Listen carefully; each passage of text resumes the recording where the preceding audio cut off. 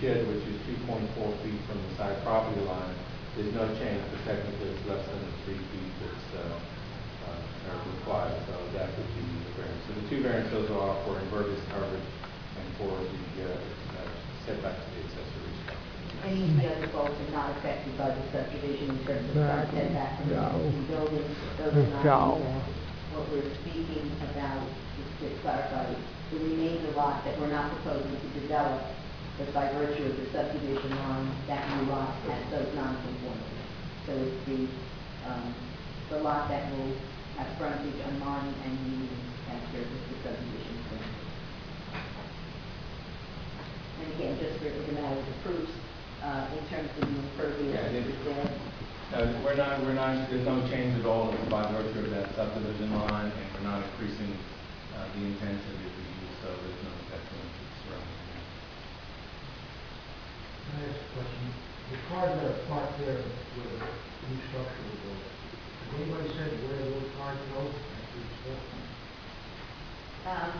I have not had a direct conversation, but my understanding is that part of the redevelopment that's being undertaken by Rutgers involves additional parking, structured parking, and that our understanding is that it will be shifted over there. I think it's faculty parking now, or not student.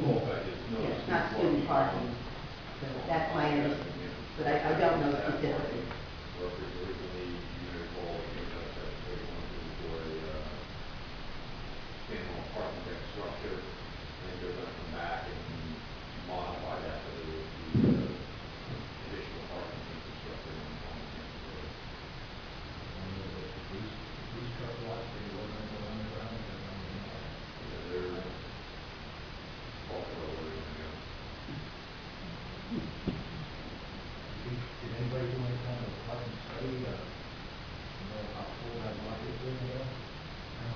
No, I mean, we essentially we were focused, as far as I could tell, we were focused on providing, making sure we had enough parking for the below facility once the building is up.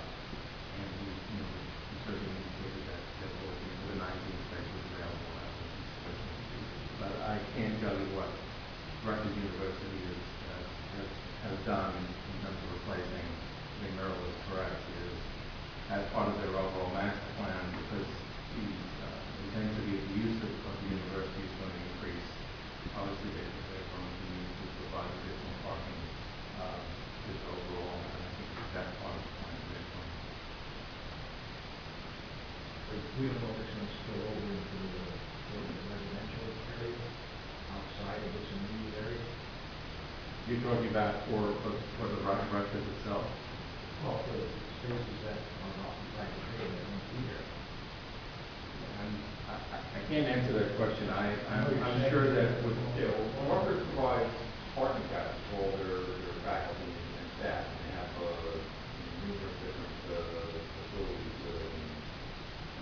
sitting in there, and also moving around where their operations are. Something like the Livingston, cell phone and on the system they have to accomplish.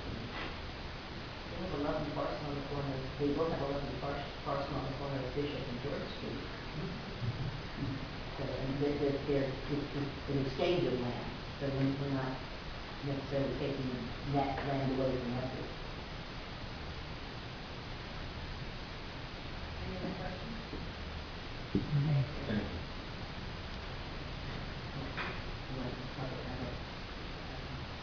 That's all of our directs are now subject to letter of control. Thank you. Now we'll open up to the public. Is there anyone here from the public who would like to speak? You go first. When you read your right name, state your names for the left hand, please. Kaiser, KRA, OVIL. Wanted to ask a couple questions. First, when is construction supposed to start and finish if the project's approved?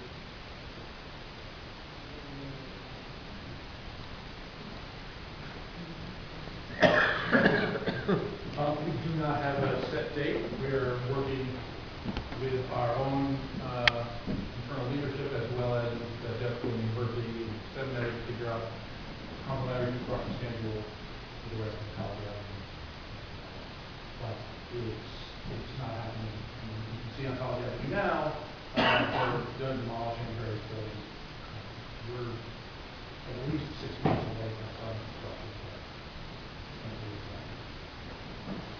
you. And the other question was just, some folks testified in regards to the land swap. I just wanted to ask, is that, one-for-one swap? Is there any money changing hands, or is it just, the pieces of land in question? The land swap with the university is just direct property. Thank you. I have several questions, comments. Oh, sorry. State your name for the last name. Tom Struble, S-T-R-U-B-L-E. Okay, I have two different perspectives for my questions and comments. One is as a resident of Mine Street. So, excuse me, I have no notes here. So just the general impact on Mine Street. Currently, as the parking lots exist, all the traffic comes off of College Avenue and goes into those parking lots, with the exception of about 20 spots that go into a maintenance area for Rutgers. With the construction of the new building, that whole parking entrance now gets shifted onto Mine Street for both the Hillel people, but also for that back half parking lot that backs up to Union Street. So we have a very residential Mine Street that now is all of a sudden a major entrance for parking, either a parking covered facility or a parking lot. So that's a huge concern for me as a resident of the street. Is that the driveway, as you guys see it today, will be Hillel property? So currently, the entrance and exit on Mine Street would be for the Hillel building only. What happens, how do the Rutgers people get into the back lot? I think what we said is the property will be 36 feet will be owned by Rutgers. The balance will be owned by Hillel. The balance will be owned, of the existing lot will still be owned by Rutgers. And they will share the driveway. You share your driveway. Well, Half theirs and half ours. Okay, so it's a shared driveway, but it's one driveway shared by both groups? correct. There'll be no new driveway constructed Okay, on but there's Mine a significant increase of cars, not only on Mine Street, but using that driveway, which is right across the house from where I live. So that's one. Let's see here. There has been talk about it being a covered deck on Union Street. Is that true? In Rutgers, did you guys talk at all when you talked to Rutgers about that parking lot behind you? No? Okay.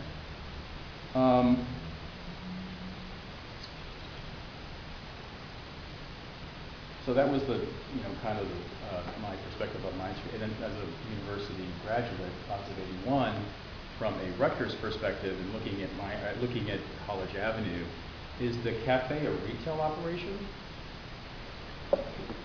Like Oban Pan, which is up the street? It's not like a franchise of all, and it's something to provide kosher food for students who have no kosher outlets But it's on retail. campus. We'll have a cash register. Yes. But we hope that they'll just night mass. Okay, whatever. Going back to Mine Street for a second, you're going from a very small house facility on College Avenue currently to a much larger facility, dining, those kinds of things. Do delivery trucks and things like that obviously have to grow commensurately with the size of the deliveries that you're getting? So now I have delivery trucks entering and exiting on that same driveway off of a residential street, which is Mine Street. Is that true? Well, as we said, the delivery trucks are of van size. We already provide the dinners once a week for 200 to 300 students. But we don't do it at College Avenue because we don't have space for that. We're renting space from the university in different locations and sometimes from the seminary. So we already have those caterers delivering the food, and they just use regular vans or sometimes taking it. I share the concerns of the 22 signs potentially. That just sounds kind of bizarre. Like, it just sounds, how can you, no university building anywhere on campus has 22 signs, or at least even the potential. There's usually two. The Rutgers sign that says this is the building, that's what the concern is inside, and then maybe the name of the hall, Scott Hall or something like that. So that's my other one. And then can we, the picture of the storefront, of the facade of the building, having walked along College Avenue today, I don't see how that fits into that neighborhood at all. Lots of glass, I just don't see that. And I struggle with the height difference that you guys are asking for. because the buildings to the left and to the right are not nearly that tall. I don't see it, and I don't see that particular building. If you look to, there, I've never seen any picture of what that streetscape would look like with real buildings, not just a gray building. Isn't there a copy of the thing at the end of the street? Sorry, you could just have the person sworn in and ask. Okay.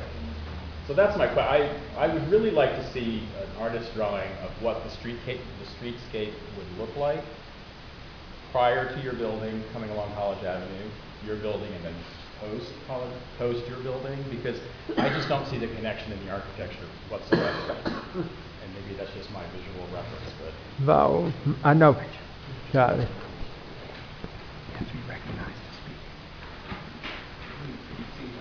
I'll leave the architecture to the architect. Let me see if I can address your concern about the Vine Street parking. For the record, Mr. Price, our plan is that. This is a survey and it shows the subdivision line.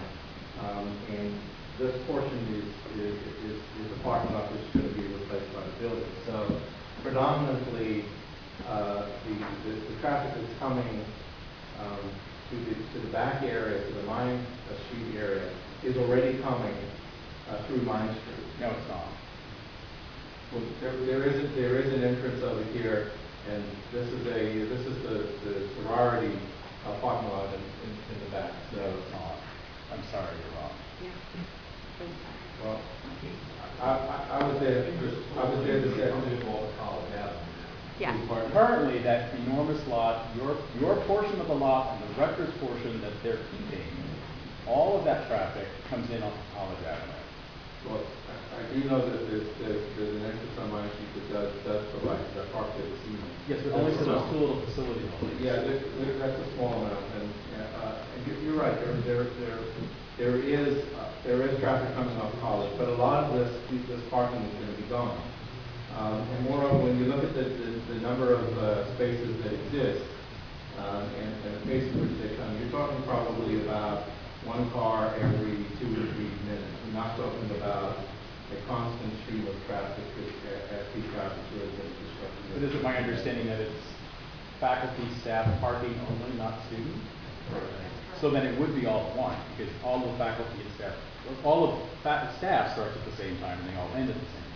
Well, that's not accurate. The staff doesn't all begin at one time, certainly the faculty doesn't. So, and even if there's a peak hour, if you look at the number of spaces, yet there's probably at the peak hour, you'll only have about 40 or 50 coming. So that's one every minute and a half. Maybe periods where you'll have 4 or 5 cars coming in at one time, but it's not going to exceed that. It's not going to change the character of my street over here. But it's my understanding, there was a question on not anything, I apologize, but there wasn't a parking study done. That's correct. Okay, so then I don't know where you're getting those numbers from. Like, I live on College Avenue, I already see the traffic. And your testimony is that everybody arrives at the same time. If it's a faculty staff parking lot, then predominantly most of the staff, faculty, you're right, is random. Most of the staff arrives 8:30. And have you ever tried to get off of College Avenue at 4 o'clock in the afternoon or 4:30? It's crazy. It's very simple. Well, you're shifting all of that traffic, or you're shifting some of that traffic. Now you're shifting it onto my residential street, which is Ninth Street. It's a very small percentage of the traffic that's on College Avenue, and they simply aren't a sufficient number of spaces to make a difference to make a substantial difference in terms of the number of cars that are coming on. And then my comment is I disagree and I have concerns. Sure. Let me just ask you this, Brunswick. Forgive me, Mr. Price is, accepted by the board as a planner. Correct. Is he also a traffic engineer? Maybe qualified in that? I'm not a traffic engineer, but I've dealt with this. I've worked on several university master plans. I've dealt with hospitals, as a team, we talked about this particular plan and the parking. And no, we didn't do a study in terms of where the university is going to be replacing the parking, but certainly based on the site visits that were conducted, we don't believe that there's going to be a substantial number of cars arriving at one time, which will already change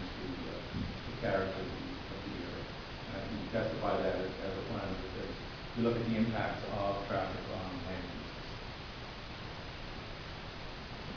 The board to consider, I'm not sure that there's been any study to back up what you're saying. The board to consider that. Right, and I guess our point is that the impact on the lot is something that the university could change at any time without land use approval from any board. No, under the law. While there may be some change in where cars are coming from, in fact, it's within the university's purview to make whatever changes they want. And I think it's Okay. Cool. I just asked, this is just what I was asking, Richard. They have not discussed it, but as far as I can tell from looking at the survey, they have frontage over along Union Street, which would facilitate that. I don't know if that would, lose them a few parking spaces, but certainly they have not discussed that with us.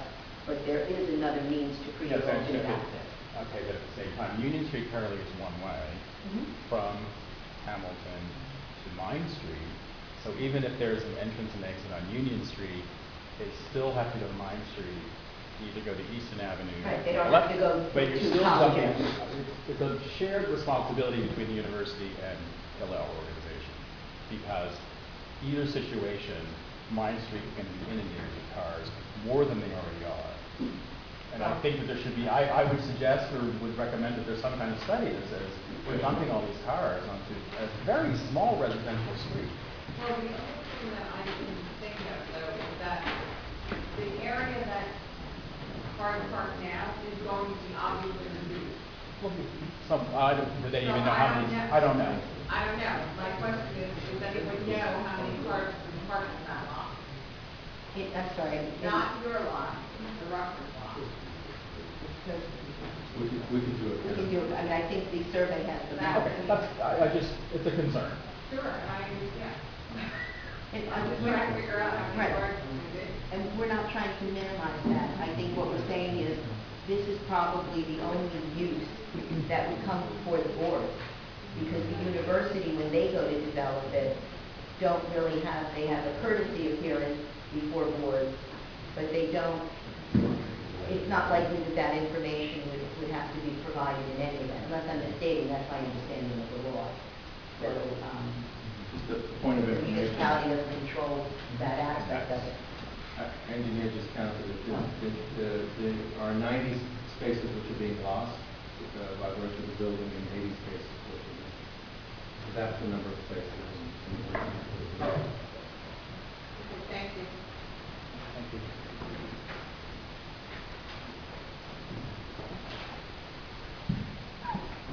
Can you raise your hand, state your name, spell your last name, please? Sure, Jennifer O'Neill, O''Neill.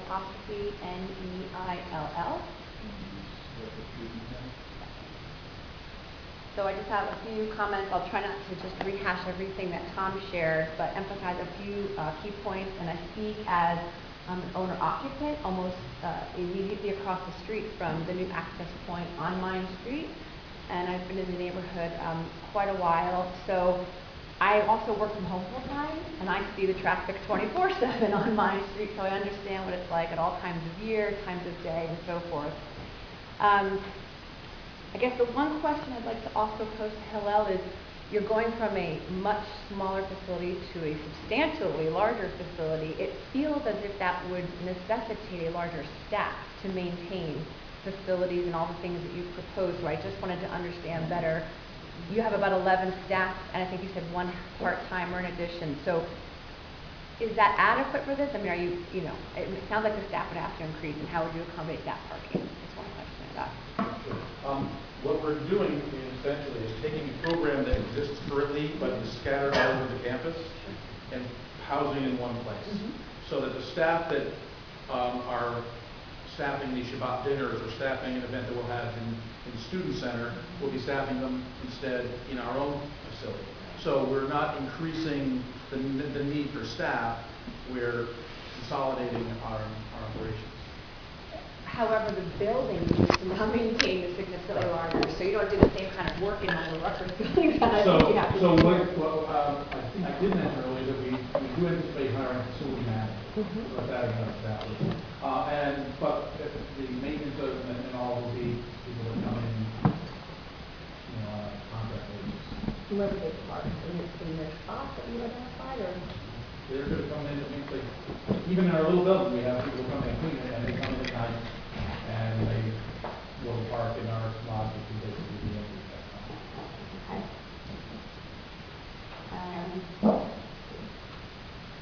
I guess, again, not to kind of rehash, the other one that I just want to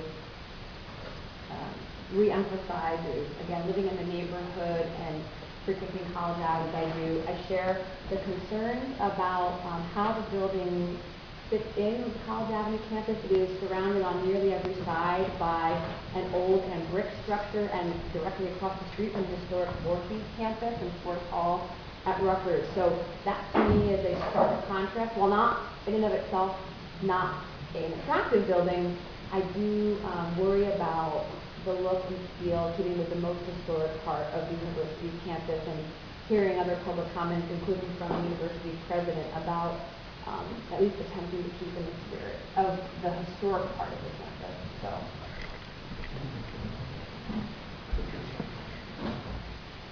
Sorry, I was staring that. No, I anticipated you were going to say something. Okay. I just want to put the question on that. It's just emphasizing again. I'll just say that when we sat down with the concept of what type of building it should be, one thing we did not want to do was create a large institutional building. We wanted to create something, and students expressed this pretty clearly, that had a warmth and a feel of a residential building. And it's a different style residential building than you see on College Avenue, but if you walk up and down the street, which of course we do every day, I do every day, and I work. Right around the corner from me. There's a real hodgepodge of residential size buildings. And there's Calumet, and there's Federal, and there's just kind of random. And so we felt that in an area where there's not a really strong established set of architecture, this is not Harvard Yard. If we had something that was of the right scale, with the right warmth and residential feel, as opposed to institutional feel, then it would add to the campus architecture. And that's what we.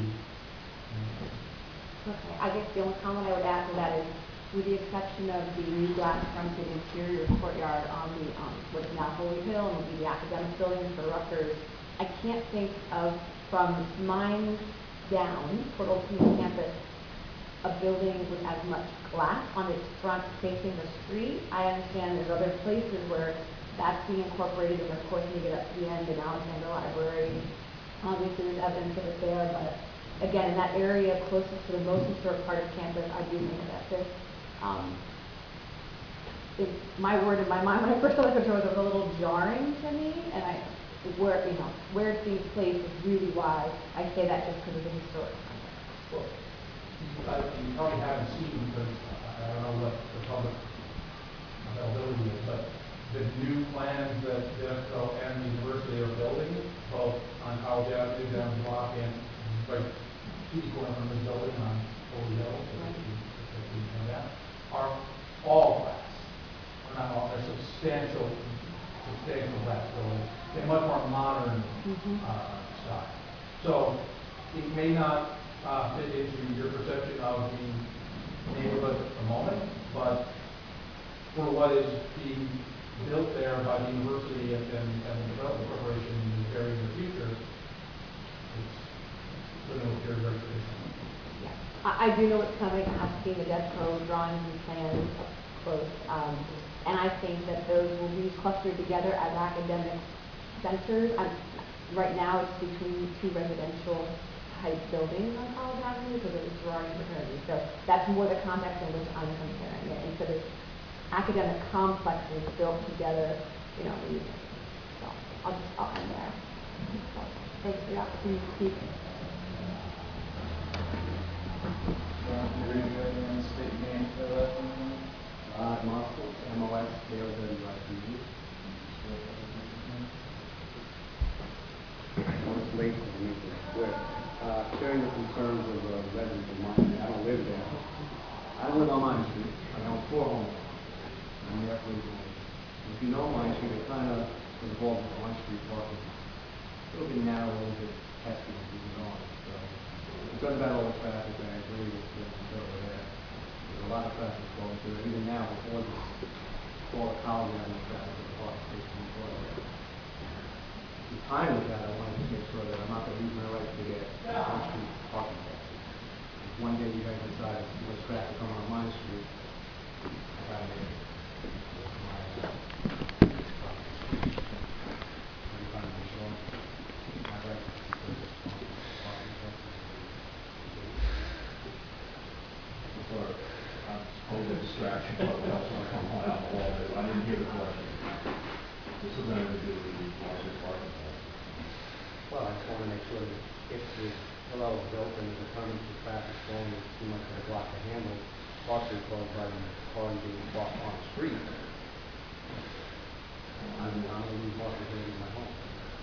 We're trying to, try to do is slow the traffic down more and not do things to make the streets wider to make it faster. So I kind of doubt that would be too long. I don't have to wall that what would happen, but I mean, I think that's a very unlikely possibility, and it's nothing that the board has any control over. I just want to go on record saying it's a concern of mine, and we're talking about the traffic flow, on people for the traffic. I can see, unilaterally saying one day, no parking traffic in Mine Street. I don't see that scenario. Okay. That just seems pretty unrealistic. Okay. I mean, you have built some, multifamily properties around here, and we've dealt with how to get the parking on it, and you know that the constant rule where they're coming from. Well, I had to waive my ability to have on-street basketball. Exactly what I mean. Yeah, that was so you didn't go in over traffic. Hillel is not adding. I'm not, it's not a concern with Hillel, it's a concern with the Rutgers traffic flowing through the parking lot. I have no issue with Hillel. Well, it's the parking on the street that we were moving your parking paths when we built over on Eastern Avenue, not because you're adding traffic flow to the street. So I don't think your argument is flowing. Well, I guess the argument is that there has been no traffic flow, there's been no traffic report, as we've all heard, and there's a concern that there's a lot of traffic on my block already. Well, the other thing, I don't think there's nothing here in the testimony that this is going to generate much traffic. It's something that we got 14 or 15 people working there, everybody else takes the bus and walks. Again, not from Hillel, from the Rutgers, from the flow of the College Avenue entrance. You're not adding anything to the parking lot. But they currently go into the College Avenue entrance way, that's where most of the traffic flows. There's testimony here that almost half the spaces are being taken off of the parking lot. I understand your concern, I just don't follow the logical conclusion from where you're going. Okay. That was the night, move forward. More specific to my buildings, that kind of abut the property line, I wasn't able to see this in my seat location. I just want to see where the garbage bins will be located. And if there are any plans to be. I'm just curious where they're going to put the garbage dumpsters in relation to my property, the abut the property. Called, Lisa DiGirolamo, our engineer, who does that much. Just where the dumpster is and what's working. The dumpster will be located in the rear of the building. There's a door in here behind parking. There will be parking on, and we will have a fence enclosure. And are there any plans yet for where the HVAC mechanical fans and blowers and such are going to be?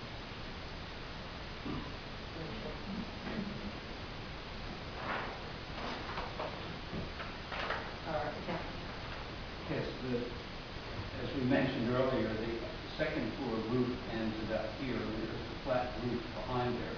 We will tuck the units, and there's a low wall above the roof, so we'll tuck the units back in close to the building, so they're not screened well, of course, from college